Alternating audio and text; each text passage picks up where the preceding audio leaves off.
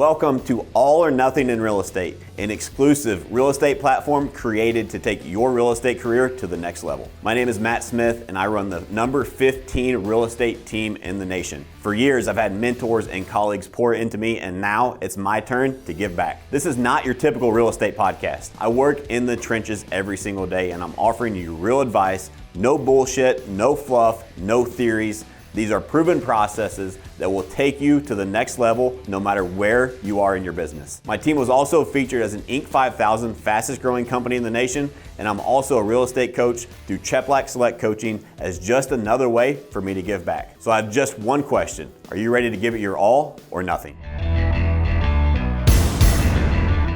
Welcome back to All or Nothing in Real Estate, episode 17. This episode is titled Good or Bad, Everything in Your Life is Your Fault. And this is one of our core value series that we're starting off of our core values of our company. And today it's all about accept responsibility. That's right. If you truly look in the mirror and accept responsibility for everything good or bad in your life, there is something you could have done differently, or you could have learned something new. You could have done something differently to be in a different spot. So good or bad, wherever you are in your life, everything is your fault. Which is a bold statement, and it immediately goes, wait, what? I don't like that idea. And that's why it's so wonderful. So, and let's get into this right away. Let's debate that, because I love that. Yeah. Because it's I'm in control. You know why I'm in control of my life? Because I accept responsibility for every outcome. Yes. Period. And so you can look at that and say, oh, well, I don't like that. Everything is my fault. Well, what do you want? Other people to be responsible for your life? Yeah. Absolutely not. I'm responsible for my life. So nothing is your fault, and then that means you have no control? Yeah, exactly. Oh, wait. So, yeah, if you have between those two options, between everything being your fault or nothing being your fault, I'd rather take everything. 100%. I mean, there's tons of great books on this as well. I think we both talked about it yesterday, but Jocko Willink has a great book called Extreme Ownership. Yes. That is gold on this topic. So there's a lot of resources out there. Hopefully we can help some listeners with our version of accept responsibility. Like Colin said, it's one of our core values that we talk about over and over and over again, because if you don't accept responsibility for it, if you don't own the outcome, you can't fix or change it. No, and it stands for so much more. I'm really excited for today's episode, honestly. We recently went around the table and asked everyone in the company what their favorite core value was. And I said relationships, but right next place is take responsibility or accept responsibility. It is just so dang powerful, because the people that don't have the mindset of interesting mindset. That don't have the mindset of taking responsibility for everything, you can tell the difference immediately. And if you're a good fit here or a good fit in business, if you want to grow as a leader, grow as a person, grow in any way, start with accepting responsibility. So, Matt, I'd like to jump a little bit in before or the mindset shift for both you and me before we used to accept responsibility for things that weren't our fault, and then kind of what shifted once we heard that, and kind of how it's helped grow our lives. Okay. So curious, I guess I'll start it off. For me, I was always looking at the world around me and going, I wish that this was different, but there's nothing I can do about it. You would have a bad day, or someone would come into your life and mix things up a little bit, and you're like, everything is happening right now. I wish things were a little bit different. But then I read the Extreme Ownership book, and my world completely flipped, and I went, oh, wait, okay, hold on. If everything is my fault in some way or another form, what's one thing I can do to make this better next time? Instead of going, I wish this person would do X, Y, and Z. I wish this person was better at communicating, or wasn't always late, or wasn't this. And instead you say, well, what's something I could have, how did I fail in this situation? Did I forget to text them?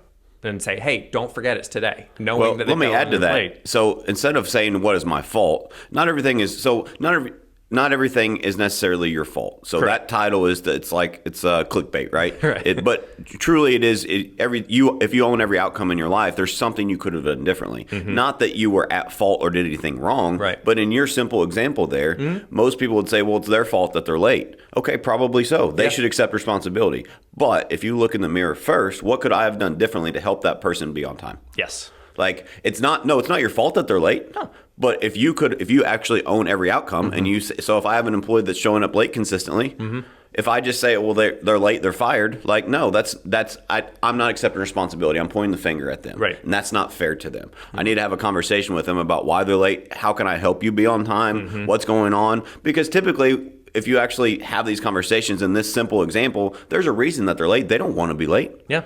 And there's something a solution that we can work on to help them improve, which is what I love to do, which is what my passion is helping people. Yeah. As simple as that. But it starts with me accepting responsibility that I could have done something differently to help this person be on time. Yeah, no, it comes down to this piece of are you a victim or victor when There's it comes too to many people in this world that point the finger and say, I'm not where I want to be in life because of this person, this person, this person. I'm not where I want to be because of him or her. Fuck that.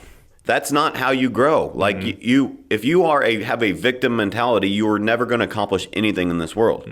You have to look in the mirror first. I have a personal rule. Anything that happens in my life, the first thing that I do is I hold up a mirror.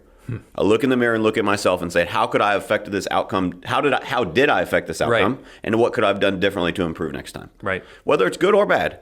But most people only do that when it's the good stuff, right? And they pat themselves on the back and look what I did. Look at me. Look at me. Number one, you need to be humble in this world. Right. But number two is realize that whenever something goes wrong, even if it's not your fault, don't point the fucking finger. Look in the mirror first, and then you could have done something differently to affect the outcome in a better way. Let's use real estate as an example because it's what we do. It would be so easy if a deal falls through or doesn't go through in the way that you were hoping, to immediately point the finger and say, well, it was just a difficult seller, a difficult buyer, or they were behind on this, or we had putting all these little things that may 100% be true. But what does that get you? Yeah. Nothing. Well, Colin, that's a terrible example because nothing ever goes wrong in real estate. Every deal is 100% perfect. Yeah, 100%. Nothing ever goes wrong. Just kidding. Every deal is different, right? Right. It's part of the business. But to that example, that's great. So anything, and I have this conversation with our agents all the time, is that how did you affect that outcome? Right. What could you have done differently? Well, it's not my fault because of this person, this person. I'm not saying it's your fault. Yeah. I'm not blaming you. I'm just saying you could have, if you actually truly dive in and look, there's something you could have done differently to have a more positive outcome. And what is going to help that person more? What is going to help you more? Either you accepting responsibility and saying, I could have done something differently, or saying, well, it's there's nothing I could do, it's their fault. Right. Which one has a better chance of having a solution? Like, don't point the fucking finger at people. What could you have done differently? Yes, there's people in this world that don't pull their weight. Yeah. But you pointing the finger at them is not going to help anybody, including yourself. All you're going to do, it just comes down to you complaining, just going, That's right. This happened, and poor me, this is happening. And again, like you're saying, that some of that is valid. And it says, what does that do for you? Nothing. You walk away and you go, well, I guess the deal isn't going to go through now because, I couldn't figure it. Versus instead you say, all right, so maybe 90% of this I had no control over. But that 10%, did I leverage that? Yeah. Where did I drop the ball there? And is there something that I can change either and fix this, or for moving forward, go, you know what? These people they've got a lot on their minds right now. And it came down to, I didn't over communicate.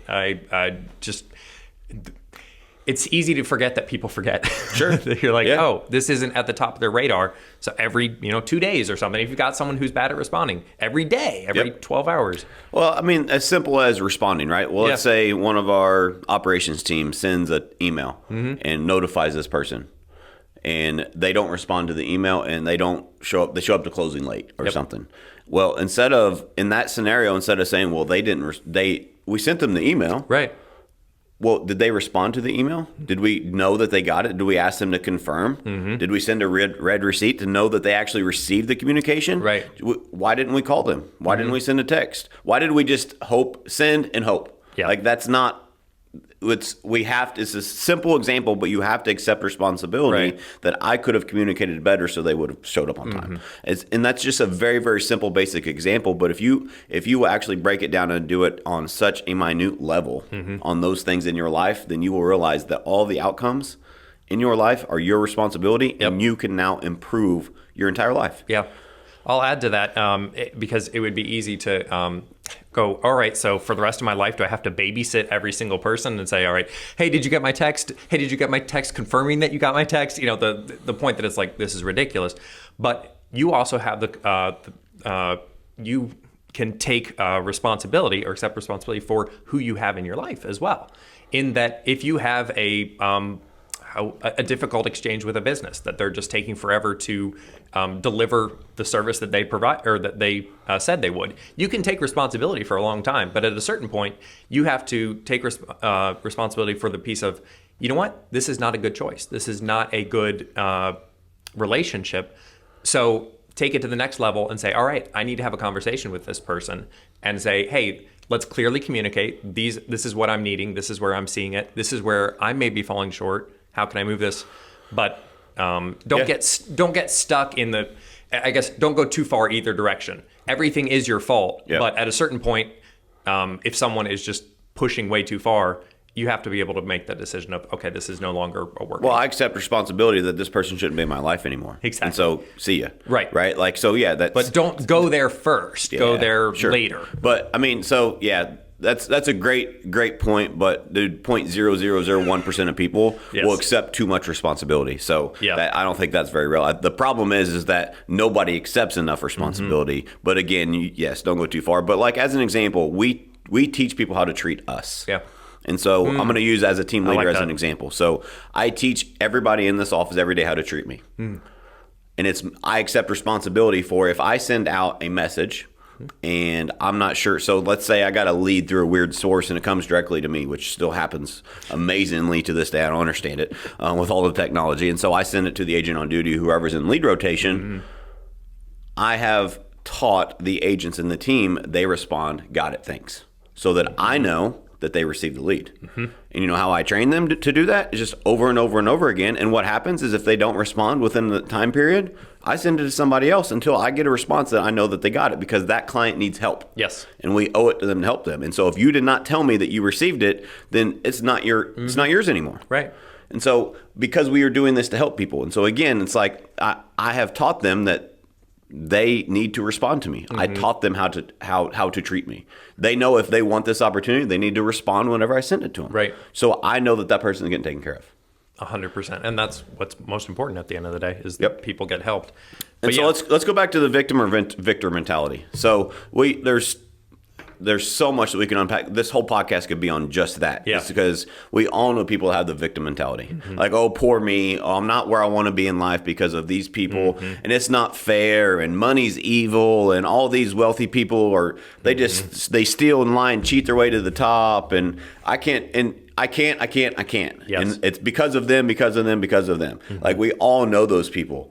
I just choose to cut those people out of my life because I aspire to be around people that want more for themselves and that want more for me. Yeah. That are in my corner that want me to, instead of people. So as an example, whenever I said I wanted to start a real estate team, there are 0 people in my life that doubted I could do it that are still in my life that were then. I cut them out of my life. Like, if you're not going to back me in this journey, then I don't need you a part of my journey.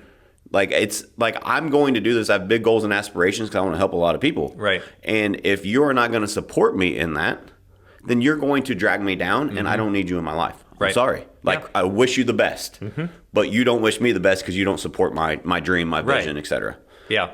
And so there are people in our lives that have the negativity, that have the victim mindset. You need to cut them out of your life because they are going to drag you down whether you realize it or not. One of my biggest pet peeves of all time with the victim mindset is the saying, I didn't have time or I was too busy. It drives me nuts because immediately what it says is I'm the victim here. I didn't have, or life happened to me and I had no control over what was going on. And so let's dive in on that though. If that's your mindset and that's how your brain processes, which is realistic. There's a lot of people that think that way. Yeah. And so it's like, that's normal. Right. But what if you actually think that when you dissect that, if that's truly the lens that you see life through, then you have zero control over making that better. Yeah. Like, That's horrible. Yeah. Like, so now, I ran out of time. And so I pointed the finger and say, I ran out of time. I just didn't have the time. Right. Instead of the opposite, what I say is I chose not to do that. Yes. Because we all have the same 24 hours in a day. Your choices matter. It's not time management, it's choice management, because I don't have any more time in a day than Colin does. Yeah. If I get more done than Colin gets done, it's because I chose to be more productive. No, someone gave you an extra 8 hours in a day that that I didn't get. No. Yeah. It's choice management. 100%. And there's too many people that are, and again, it all comes back to accepting responsibility. If you just accept responsibility that I did not make that a priority versus, I ran out of time. No, you knew how much time you had. Yeah. Like, and so again, it just all comes down to the simple core value of accept responsibility. If you don't own it, you can't improve it. And I just have zero room for people in my life that don't want to improve. Yeah. And so if you don't accept responsibility, I'm sorry, we can't be friends. Like, I just don't want to hang around you. Right. Because every single, you're going to find a problem for every solution. That everything that happens in life, you're going to immediately point in another direction, and you're not going to be able to improve, and you're not going to be fun to be around. On top of that, that's right. And those people are always negative. They're poor me. They're look at that person. And those are the people that are always, they project their insecurities on other people. Like, you can go on and on and on and on, but it all boils down to, if you really dissect most of those personality types, it comes down to they just don't accept responsibility. Right.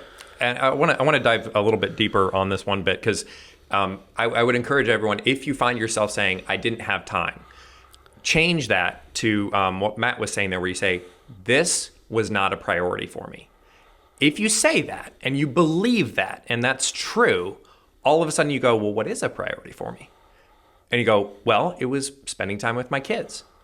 Good. Yep. Like, excellent. Well, then that makes you reevaluate and go, well, maybe actually the reason I'm late for this thing is this isn't a priority in my life anyway. And maybe I need to cut that out. It makes you focus on what is the most important thing in your life and things in your life, and move towards that. You're owning everything, saying, well, this thing is the most important, and this definitely is not. 100%. And if you want to, Colin, if they want to learn more about prioritizing their day, what's a good episode they should listen to? Episode 15. We got the power list. Or is it episode 16? I think it was 16. The 16. All right. Well, but it's called the power list. It's called the power list. Yeah, definitely. To prioritize your day, prioritize your life. That's how you can win the day every day. Yeah. No. So definitely listen to what you're hearing yourself say, and listen to your friends, because I have quite a few friends that once I read this book. Oh, bragging over here. I got quite a few friends. Mr. Popular. 18. No. my thing was, all of a sudden, once I heard that, I started hearing everyone's excuses, everyone's victim mindset. They're like, oh, I'm so tired. I just can't do it. I don't have the energy. You go, is that true? Is that actually you don't have energy? Or is your mindset shifted to, well, I'm the type of person who doesn't have energy because life is happening to me, and I need an extra break. I need this. Life doesn't happen to you. Life happens for you.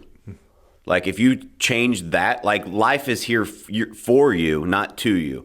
Because if life happens for you, now you can actually enjoy it, and it's not just that simple word instead of life's happening to me. No, life's happening for me. I'm in control, and life is good because of that simple language change. And so let's go back to, I'm pretty direct and pretty harsh at times. So like, I don't just, so let's say that I'm to Colin's example, he's hanging out with his 18 friends. Somewhere around there. 19 actually, but you know. So he's hanging out with his friends, and they start making excuses or skewing negative. Like, I wouldn't just say, hey, quit being negative. Like, I will walk them through this process and try to level them up. Oh yeah. But then at a certain point, like, if I've done that 13 times, I'm like, all right, dude, like, we got to have a serious talk. If you want, I want to continue to be your friend. Yeah. But this, and this can't happen anymore because you're doing nothing but bringing yourself down and everybody around you. Right. And I want to be around people that lift each other up and that enjoy life, and life is happening for us, not to us. Absolutely. And so what happens though is you actually do that. The right people will make those changes, and you'll see their lives elevate. And now you are helping other people change and elevate in life, all by accepting responsibility for your own outcomes in your own life, and then holding them accountable Yeah. and realizing that they need to accept responsibility for their stuff as well. 100%. I found by having these conversations and cutting out certain people in my life, but focusing on the ones that do take responsibility, everything changes. Like when something is going wrong in their life, they'll say, hey, I just need to vent for a minute. And they'll vent, but they know they're venting. Yep. And then they'll say, all right, so here's what I'm going to do moving forward. Here's how I'm going to change this. Instead of it just becoming this giant vent fest that every time you talk to them, you're like, man, all they do is complain. Instead, because we all need to vent at one time or another. But if all you do is get stuck, like vent for 5 minutes, but Yep. then focus Sure. on, all right, what's the result? What am I going to do? What would I do differently next time? Because those are the conversations I want to have with my friends. Yeah. I know your 100%. life isn't perfect, and I'm okay with you bringing bad stuff to me. But if all you bring is problems with no solutions, especially if the solution doesn't involve you, well, they just need to be better. This needs to be better. Life needs to be easier. Like, So if you're bringing me problems without solutions, like you're just whining. yeah. Like I have zero room for negativity and zero room for whining in my life, including my kids. Yeah. We all teach our kids don't whine. Why do we as adults start whining to people? Like quit your fucking whining, put your big boy or girl pants on, accept responsibility for every outcome in your life, and then your life will change. Yes. Like it's that simple. We don't let our kids get away with whining, but then we go around and start whining to each other. Like grow up. Think about that for a minute. Like that just popped in my head. Like if my daughters come to me and start whining, well, the first thing I say is stop whining. That's not how you get what you want. Right? Like not how you they get start crying because they want candy or whatever. Right. What does all parents say? Stop whining. That's not how you get what you want, because you want to teach your kids that crying doesn't get you what you want in life. But we as adults forget that fucking lesson, and we start whining and say, Colin, it's not fair because of this person or that person. That's fucking whining. Quit. Yeah. Accept responsibility. You own the outcomes in your life, and then you can change it. I love that. I got my little chills up. Yeah, no, 100%. Because it's so easy to blame every aspect of life. You can blame the economy, blame how much your job environment, or all these different things that it's like, no, you have the power to change any of those outcomes. So I'm going to go on a quick tangent on that. So Yeah. a lot of that is in this world happens because of the stupid fucking participation trophy world that we live in. And everybody wants something for nothing. And they just expect. That's where the entitled attitude fucking comes from. Is I take my daughter to a sporting event and everybody's a winner. No, there's a fucking winner and there's a loser. That losing is how you learn lessons. And so that teaches kids to not accept responsibility because, well, I still got a trophy. I did the bare minimum, Yep. and I still won. I showed up and I won. Yeah. So why should I try harder? No, that's what's wrong with this world today. And most people that listen to this podcast, or they probably won't listen anymore, but most people that listen to this and most people that I hang around understand and agree with all of this stuff that we're saying, but they just don't dissect it enough to actually improve it. And not only improve it for yourself, but improve it so much that you help others and lead by example. When you accept responsibility for everything, you lead the others around you to want to accept responsibility for their lives, and then their lives start to change, and it's a snowball effect, right? It all starts with I own every outcome in my life, period. Yep. So again, back to the title, good or bad, everything in my life is my fault, period. And there is so much freedom in that. That once you get past oh geez, well, I'm a piece of garbage because everything's my fault. Instead, you change the mindset and go, no, wait, everything is in my control. There we go. It's like, awesome, fantastic, Yep. wonderful. And if it's not in your control, you can't fix it. You can't adjust. You can't change because now you're waiting on outside factors. So let's say you're in a slump. It happens to all of us. You can change one thing, how you respond to it. That's right. It's like, in that, even if everything is happening to you, when it comes down to it, at the end of the day, your mindset of, well, how am I going to let this affect me? You can still change that. Yep. It can still be a crummy situation that you're like, man, this isn't the way that I would like it to go. But what's your mindset behind it going to be? Is it going to be one of taking responsibility for it, or just crying about it? Yeah. Well, I mean, so shit happens in life, right? Yeah. Life happens. And so I'm not trying to paint this picture. My life's all sunshine and rainbows. Like shit happens. I have stressful days. There's things that happen in my life every single day that are out of my control. But instead of saying, oh, well, I can't control that, so it's not my fault, or it's not, no, like how can I change that outcome in the future? Yeah. Like if I just look at them again. Anything that happens, I hold up a mirror first.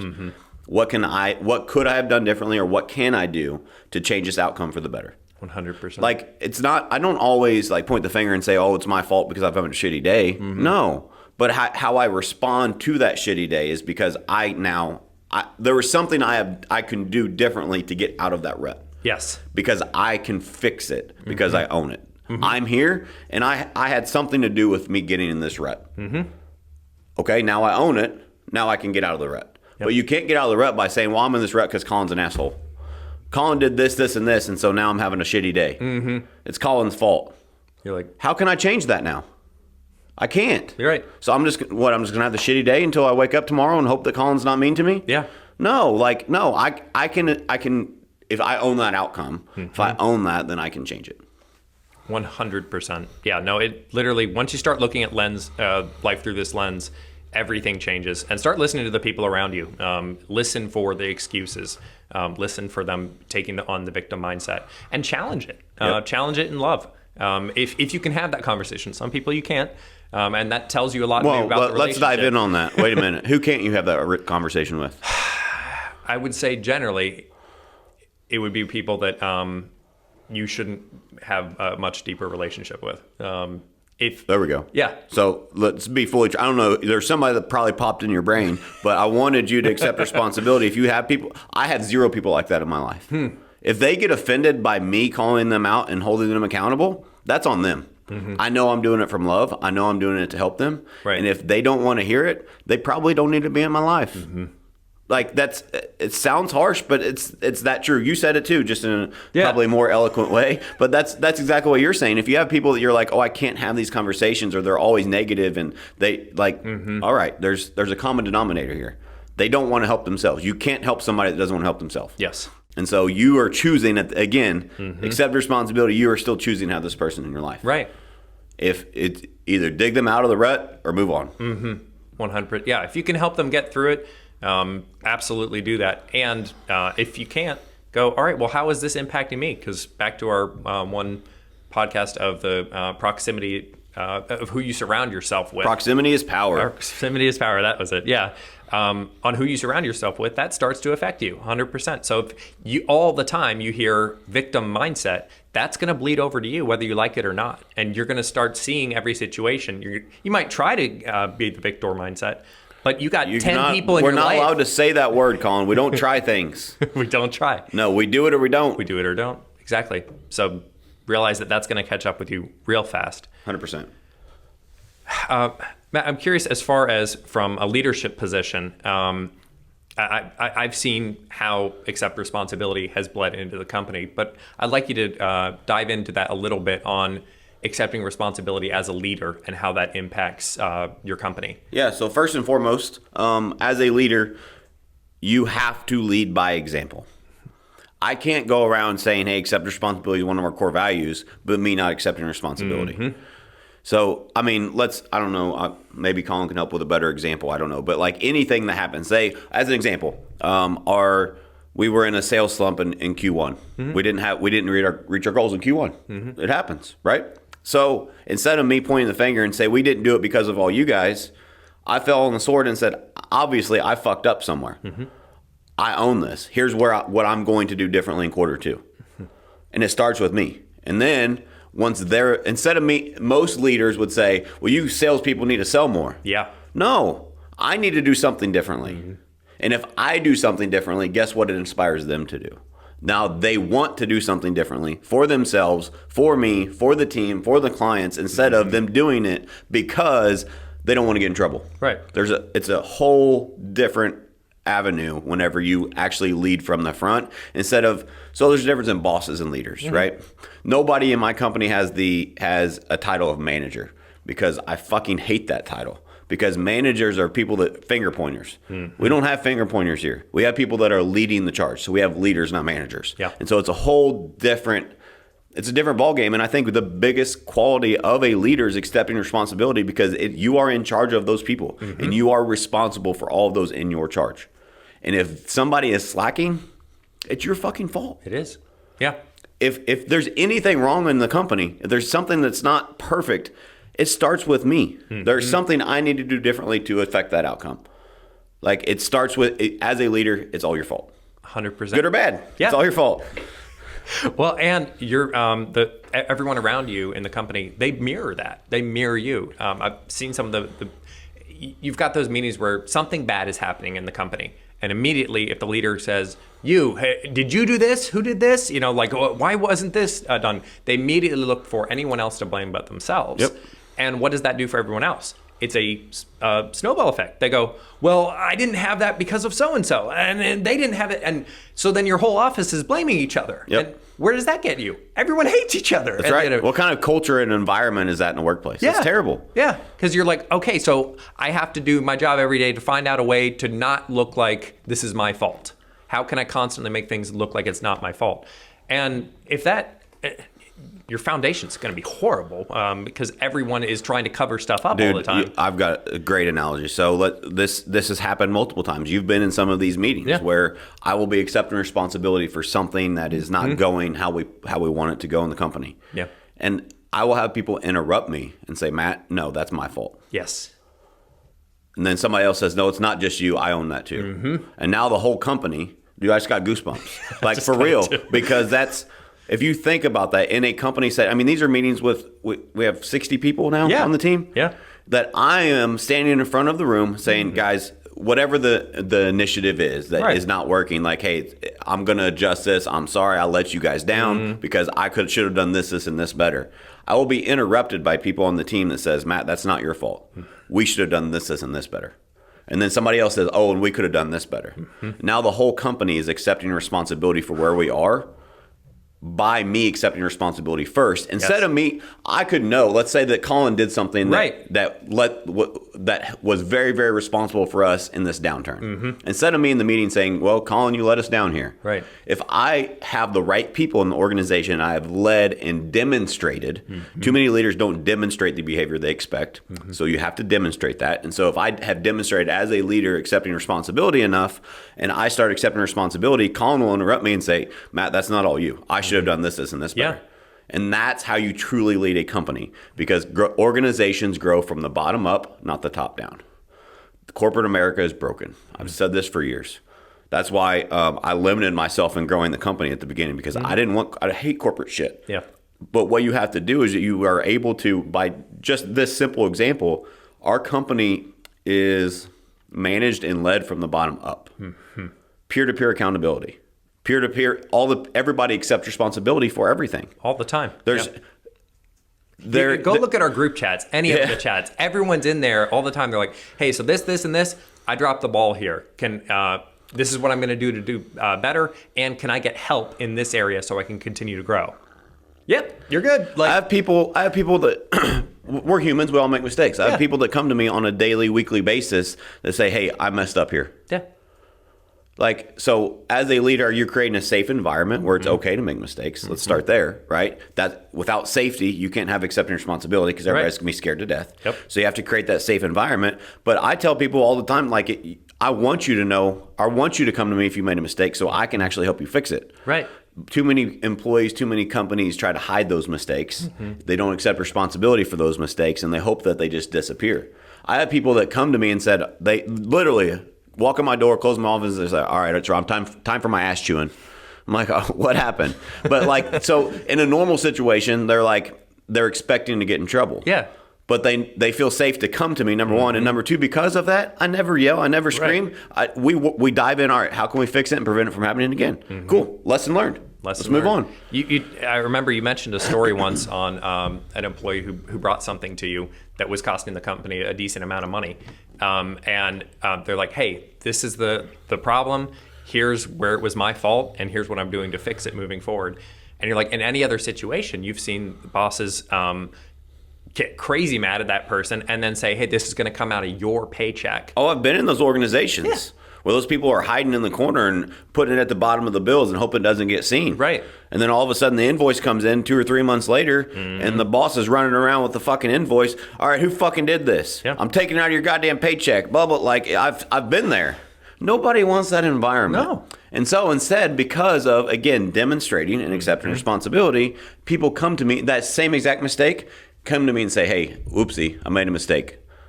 I'm like, all right, cool. Let's see what happened. Let's dive in and fix it. And so which organization would you rather have? Where people are scared to death to make a mistake? Yeah. Or where actually people accept responsibility, the leader knows, hey, we're human, we make mistakes. Yeah. As long as we learn from it, cool, let's move on. Let's not make the same mistake over and over again. Right? But they're not threatened to lose their job.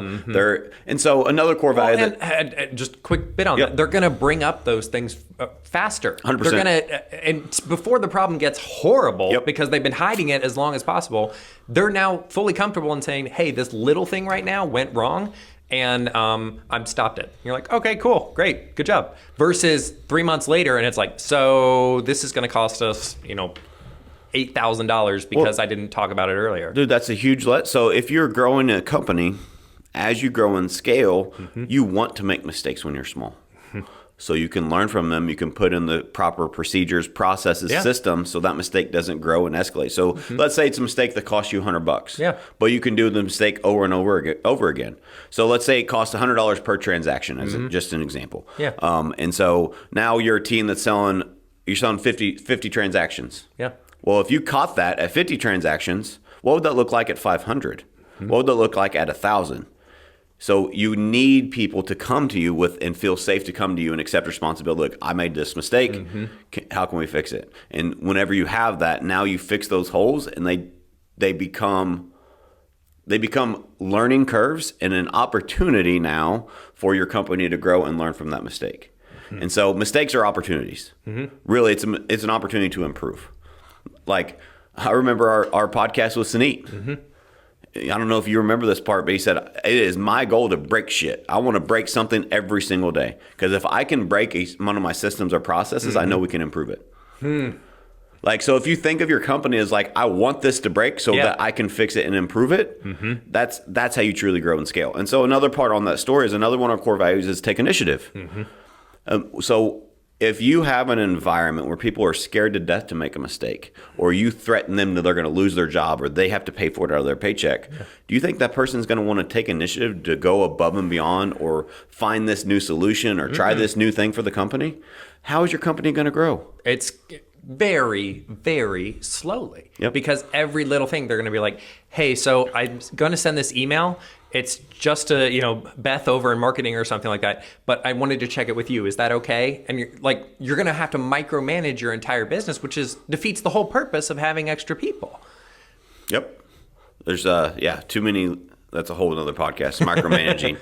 There's too many leaders that. We'll have a take initiative episode coming out. There's too many leaders that want to.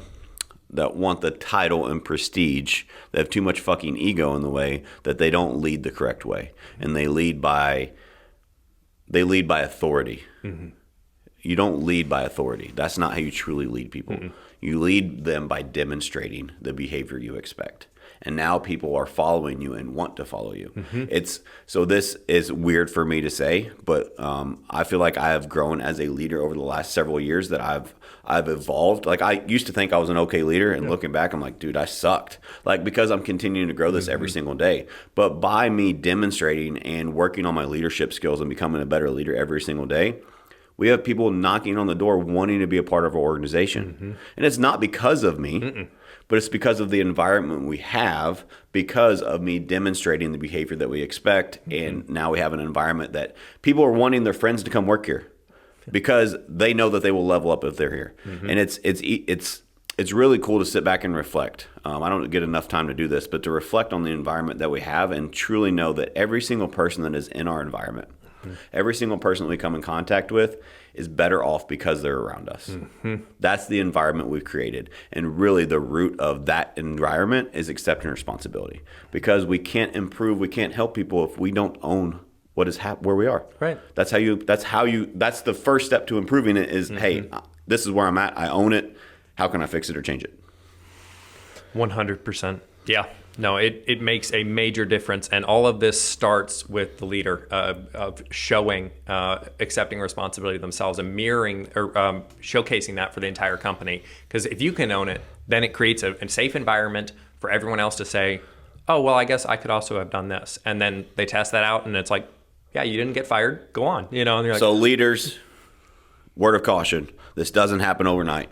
You're not going to set up one meeting and change the whole path of your fucking company. It takes time, Yes. and you have to build that trust and rapport with your team. So you have to always accept responsibility, but you also have to be careful. Here's something that I'm still working on, is that whenever you have to have that safe environment when people do accept responsibility, don't fucking cut them off at the knees. Don't cut their throat and yell, and no, appreciate them for coming to you and have that safe environment where now you are on their team to help them fix that. Like, think of it from this perspective. You have two options as a leader. You can have an environment where people come to you and close your door and say, hey, it's time for my ass chewing. I fucked up. Or people that fuck up, because people fuck up. Like, Yeah. we're human, right? Not People if, make but mistakes. when That's people right. make mistakes. But do you want people coming to you saying, hey, oopsie? Or do you want people hiding it and hoping you don't find out? Which environment do you want? It's no brainer, right? Yeah. But leaders don't understand that it starts with them. And they're like, well, they made a mistake and hit it. It's their fault. Again, accept responsibility. You probably fucking created the environment where that's what they have to do because they don't feel safe coming to you. Right. Or you don't demonstrate that you accept responsibility, so they don't want to. Well, Matt doesn't have to, so why would I? Yeah. Yeah. No, 100%. Like, I would say the vast majority of people will get it. Maybe they'll get like 50% of whatever it is that you're showcasing on a regular basis. So go, all right, so if I want my company, my environment to be similar, I'm going to have to really raise the bar. You can't just kind of take responsibility or sort of take responsibility. All or nothing. That's right. You have to go all the way and say, no, this is completely my fault.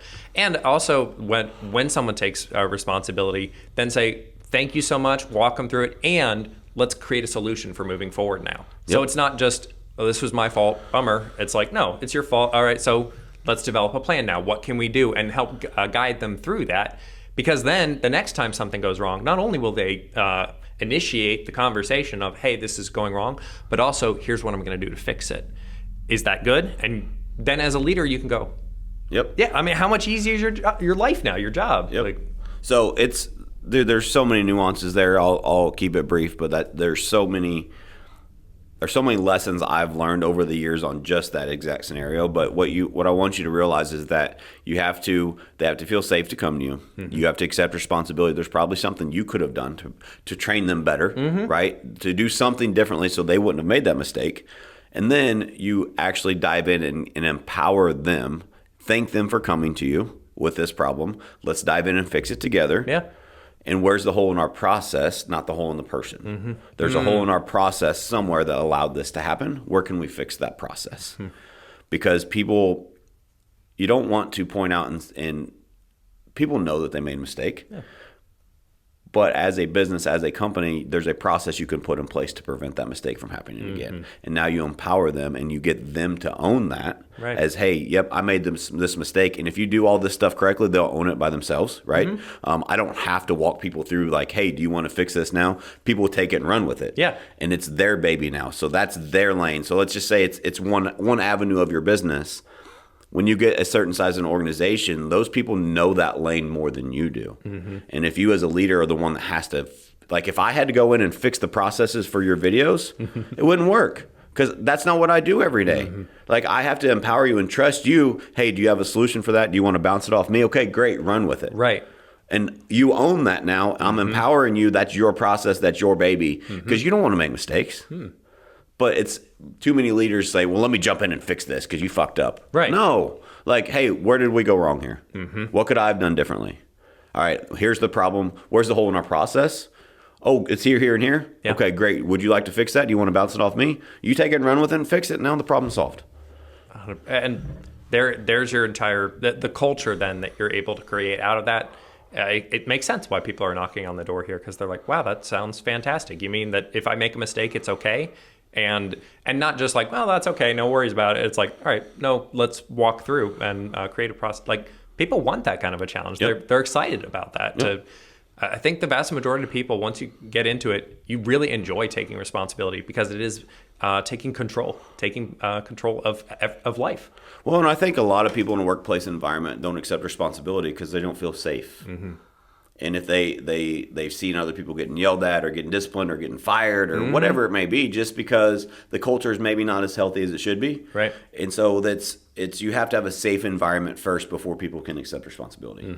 And where you really know that you're moving the needle as a leader of an organization is you have people volunteering in front of their peers saying, nope, that's my bad.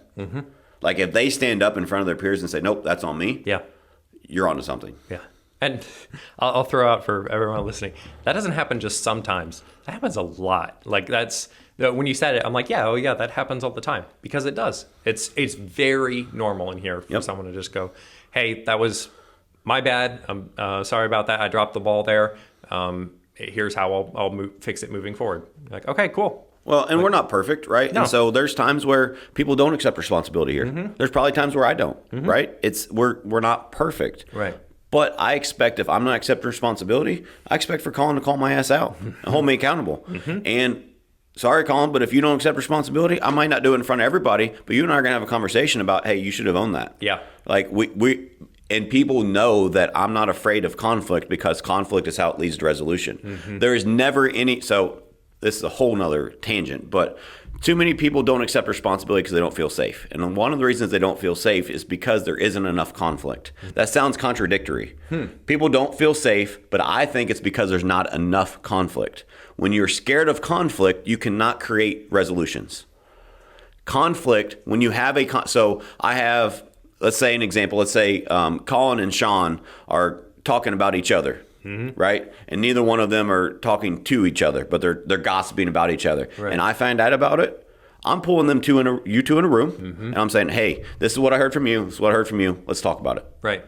I've have several of those meetings, okay, because we're not perfect. Right. And it's those little things like that when I hold people's feet to the fire, like, "Hey, our culture comes first." This is an example of demonstrating that. Like they know they don't get away with gossip. Right, because we have a no gossip policy here. Yeah. No gossip policy here, which is a very, very important part of our culture. But now I've never, ever, ever, ever left one of those meetings where we're not better off for it. Everybody agrees. Everybody. Sometimes those are hard conversations. Yeah. Sometimes it's like, Colin, I just don't like your face. You know, like whatever. It's. I understand. But you know, like it's. But we are forced to be honest with each other, and now we grow our relationship with that person out in the open. Yes. If you say, this thing that you're doing is really messing everything up and it's driving me crazy. And the other person, a couple of things might happen. They go, well, I'm only doing that because this. And you're like, oh, well, I can change that. Oh, cool. And then you change it and then there you go, because you communicate it. 100%. Or, goes, well, I only did that, and I didn't realize it. So I had no idea. Let me back up. So I said I've never left those meetings without them being better off. I lied. I have. I've never left those meetings with it being better off when the people were actually honest in that room. The times that it hasn't is people lied in that room because they didn't feel comfortable. Probably because I didn't have a safe enough environment. But there wasn't. The only times it did not work out for the better was when the people weren't honest and open in that safe environment. And so either they didn't feel safe enough, they didn't want to be on it, whatever it was. That's the only times where those don't work. And so you as the leader, as whoever it is, and so I have people on my team that do this too, and they come back and say, hey, this and this and this happened. Not leadership, like peer to peer. Yeah. Because we hold each other accountable. Because what's our definition of accountability, Colin? It's the highest form of love. Accountability is the highest form of love you can show an individual. And we say that over and over and over again because we are a very highly accountable environment. But we do it out of love because it's my responsibility to make sure Colin reaches his goals. He can't reach his goals if he doesn't accept responsibility and doesn't allow me to hold him accountable for what it takes to get there. Well, I mean, circling back to the taking accountability in your personal life. If you've got a friend who's saying, complaining that, oh, man, I'm so unhealthy. They're complaining about their weight or their energy or any number of those things. And all they do is complain about it. Is their life going to change? Absolutely not. But if instead you change it to, all right, hold on, how can you take responsibility for that? Well, I guess I should go to the gym more often, or I should eat better or something like that. Okay, hold them accountable to that. Yep. Hold them to what they're saying they want to do. And if they're able to accept responsibility, are they going to get the life they want? Yes. And are you a good friend for doing that? Absolutely. Are you a bad friend if you don't hold them accountable to what they're saying they're wanting? If you say, I want this, and I say, okay, So what are you doing to make it happen? Well, nothing. Well, then it's just a dream. It's not even a dream. And in that It's- scenario, if Colin goes through that and I say, well, Colin, that's okay. I know it's tough to get in the gym. It's okay. yeah. And I make it okay and normalize it's okay for you to not reach for your goals. It's okay for you to not want to be healthy. Life happens. Yeah. It's difficult. I know you've been tired Most lately. people think that that's what a good friend is that's support. That's not fucking support. That is adding to their fucking pity party. And that does not help them. So that is being the opposite of a friend. You're being a cosigner on their own insecurities and their own bad talk to themselves. So don't be that. The real friend says, no, get your ass up, Yeah. get to the gym. I'll go with you. Let's Yeah. go. Yeah, exactly. What do you need Yes. to be able to move forward with this? Let me help. Yep. And obviously, don't give other people goals that they didn't set up for themselves. But if they say they want it, then be a good friend. Make it Yeah, that's a happen. great point. I can't tell Colin, well, you need to do this. Colin needs to figure out what he wants to do, and then it's my job to help him accomplish that. 100%. Yeah. Matt, you should honestly wear red shoes more often. Actually, let's go and. What? I'm just saying, like if I force something on you, that was I'm a like, bad what's wrong example. with my shoes? They need to be red. That's all I'm saying. All right, well, Let's you do have turn- a keen sense of style, I guess. I should probably listen. Yeah, exactly. No, but definitely be a good friend and have that a conflict because that's what a good friend does. And if you're not having that, then you're not a good person. Yep. Let's see. You wanted to talk a little bit about the pushy versus passive approach. Well, particularly with accepting responsibility. It's the number one trait for being successful in real estate is grit. And the Yeah. number So one, let me take this one. So yeah, go for it. I get asked all the time, being a coach and just through this platform and just through our EXP network, et cetera. I get asked all the time, well, what do you think is the number one success trait that it takes to be successful in real estate? And by far, it's grit. It's determination, perseverance, pushing through. The failure rate of real estate agents is around 87%. So it's not an easy business and industry. So it takes time to push through and build that, right? And so you have to have that grit. So that's the number one trait for being successful in real estate is grit, in my opinion. So if you don't have grit, this business probably isn't for you. It's tough, but it's very, very rewarding at the same time. Yeah. So you have to have grit. But to add to that, the number one trait for people to be successful on a team like ours is accepting responsibility. Yes, you have to have grit to make it in the business. Right. But if you don't accept responsibility, you're not going to make it on this team. I say this all the time. Our culture polices itself. And what I mean by that is people self-select. If they come in our environment, they either fit in like that or they don't. Yes. And when they don't fit in every single time, it's because they don't accept responsibility. And they feel uncomfortable in our environment. Not because we make them uncomfortable, because they just don't fit. And that's if that is the feeling that you so I'm saying that to let you guys know, if you're wanting to build a team, you're wanting to build an organization, you need to keep your culture first. And the number one trait that you need to look for in the people you bring in your environment is people that are willing to accept responsibility. That's how you can truly grow an organization. Because if you have to be the micromanager leader, number one, you're going to have the wrong people on the bus. It's going to wear your ass out, and you're not going to grow because you are going to have to be the one that pushes these people all the time because they don't accept responsibility for where they are or where they aren't in life. Yeah, no, you definitely have to facilitate that culture over time. Even questions like, okay, I get that there were a lot of moving pieces in this particular thing. What's one thing that you could have done differently that you think would have improved this situation? And all of a sudden they can't say, well, if the thing I could have done better is if so-and-so had done this differently. Yeah. It's like, no. What's one thing you could have done? So then they get comfortable with that piece of, oh, well, maybe if I did this. Yeah, no. Accepting responsibility, especially in a team, even if you're a team of two, heck, in a marriage, in a relationship or something, if you've got one person who's always taking or takes no responsibility for anything that's happening, are things going to get better or are they going to get worse? Yeah. It's almost like we should have that as a core value or something. Well, that's why we have it. That's for darn sure. Yeah. So I think that's everything that we had on the list. Is there anything else you wanted to hit for accepting responsibility? So you had some notes here, and you kind of hit on it, pushy versus passive. Where were you wanting to go with that?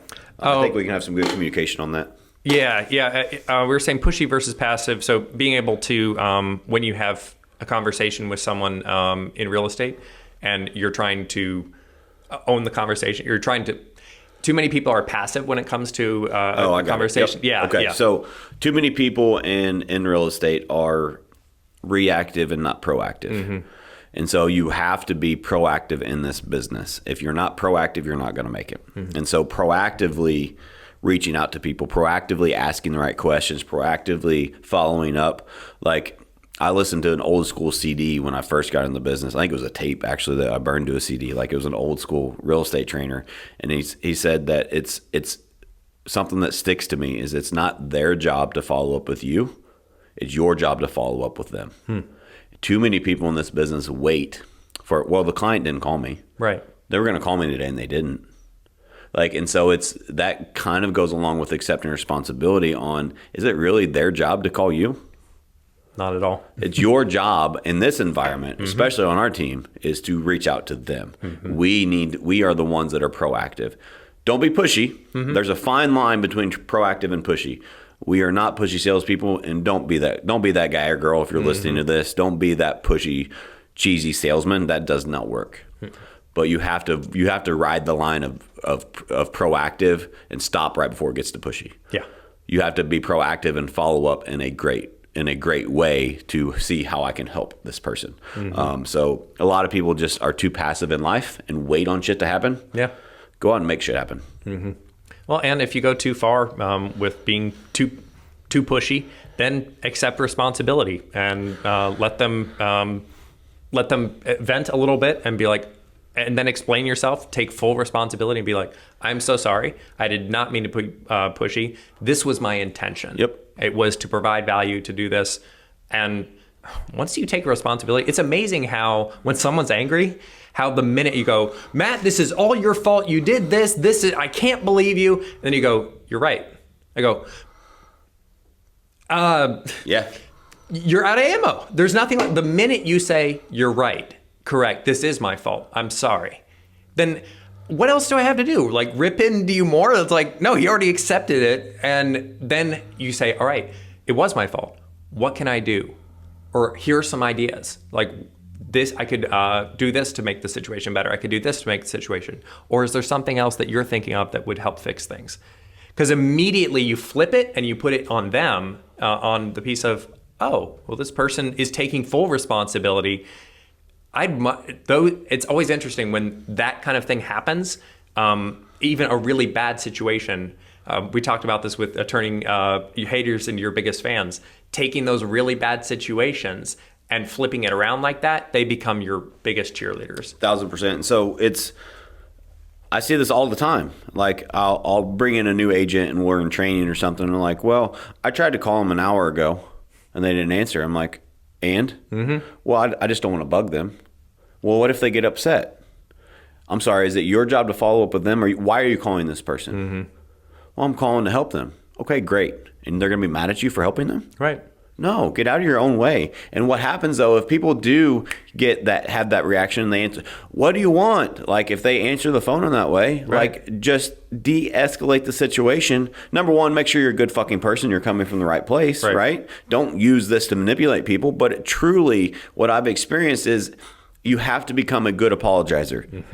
I want to be so proactive that I have to apologize because I overstepped by but what I'm trying to do is give such good service and help you so much that I overstep by being too proactive. Versus the other. Versus waiting on shit to happen. Yeah. And so you have to be able to be that proactive person and say, I call you and you get upset.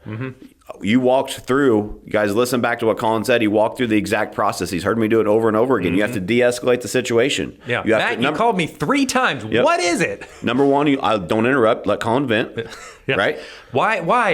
Yep. 100%. Let him vent and say, you know what, Colin, you're absolutely right. I'm sorry. I shouldn't have done that. Yeah, you shouldn't have. Like, now I can handle the objection because his wall is down, right? Because he's not mad anymore. He's like, accepting responsibility is so fucking rare in this world. Yeah. When you do that, you throw people off because they're not fucking used to it. Like I've never had anybody say, "Oh shit, yeah, you're right." Yeah. Like what?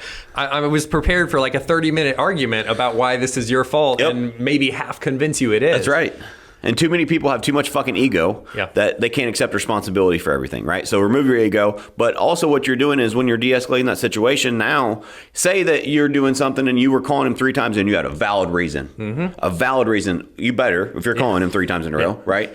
But you have to also understand that Colin doesn't know what the reason is. And so me arguing with Colin, which what most people's fucking go-to is, well, Colin, I was calling you because of this, and now I'm mad too, and we're raising our voice to each other. What good does that fucking do? Let Colin vent. Yeah. Say, you know what, Colin, you're right. I apologize. I completely understand you're upset. I did call you 3 times. Yeah. And here's why. And then once I de-escalate, now I explain. Yes. But I can explain from a calm state. Colin's now in a calm state, and now he's calling most of the time. If I'm calling for the right reasons, which if you guys are taking this advice, don't fucking manipulate people with this shit. Do it for the right reasons. But when I'm calling for the 3rd time, there's a reason I was doing that. Right now, I have an opportunity for Colin to actually hear my reason, and he went from being pissed off to thanking me for calling him 3 times in a row to give him whatever this answer was. And because of how you handled that and accepted responsibility, I'm sorry that it's my fault you're upset. Yes. I understand. If I were you, I probably would be too. Well, good. But now I can actually communicate. But too many people have ego in their way, and they don't want to accept responsibility and say they don't want. Nothing's their fault, right? It's because of fucking ego. There's too much ego in this world. There's a very key, especially in this business, by the way. Yeah. So if you want to be successful in this business, here's a freebie: get rid of your fucking ego. All right. Yeah, I was going to say the really key piece there is no matter if Matt comes into it and I'm saying, why did you call me 3 different times? And you say, well, because of this, this, and this, or well, because of this. Unless you accept responsibility, I'm not going to hear what you say, no matter how good of an example or an explanation you have. You could be like, this house just hit the market. It's perfect. We got to go for it. This is exactly what you're looking for. But if I'm annoyed at you, if I'm angry, it doesn't matter. Like you have to accept responsibility first, then I can hear you. Yep. 100%. If you don't de-escalate or accept responsibility in that situation, that person's not going to hear, no matter how valid the reason is, they're not going to hear you. Yeah. And that goes to all aspects of life, but especially in business. Yep. All right, Colin, what else we got? I think that's it for today. Cool. We will be continuing with this series of core values over time here, so you'll be able to hear all the other foundational pillars. We got our core values is ready. It's relationships, education, accept responsibility, which we just hit today, discipline, which kind of goes with the 75 hard episode. Yeah. Initiative, which we talked a little bit about, and then integrity. So we'll be hitting all of those. So stay tuned for more of those. And if you want to go accept some responsibility, be in with a crowd of other like-minded individuals, go join the Facebook group.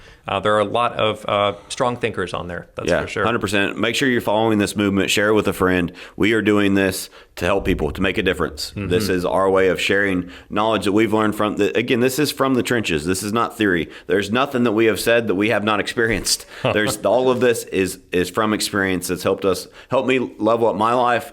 So many others level their lives up, and we just want to help more people. Mm-hmm. So share this movement, join the Facebook group, become a contributor. Contribution wins. Contribute in this group, and I promise you, your business will grow because of it. Mm-hmm. All right. See you next week, guys. Thanks, guys. Thank you so much for listening to another episode of All or Nothing in Real Estate. If you found anything in this valuable, please share this with your friends. All or Nothing in Real Estate is a passion project of mine. This business has done so much for me and my family, and this is my way to give back. I'm also a real estate coach with Cheplack Select Coaching. So if you are interested in having a coaching consultation with me, please check out the link below. All or Nothing in Real Estate is not just a podcast, it is a movement. It is a community of contribution that is single-handedly designed to help change the real estate community in a positive way. So make sure you're following us on all social platforms and subscribe to us on YouTube. Most importantly, make sure you've requested to join All or Nothing in Real Estate's private Facebook group. That is a private group that we keep in exclusive content, and we do it in a private setting to make sure it remains a community of contribution. There's a lot of great in-depth content there for free, so please make sure you join that group as well. And again, Thank you guys so much for listening. If you found this of value, please share this with your friends. It is my goal to give back and contribute to make this industry better for all of us. Thanks again.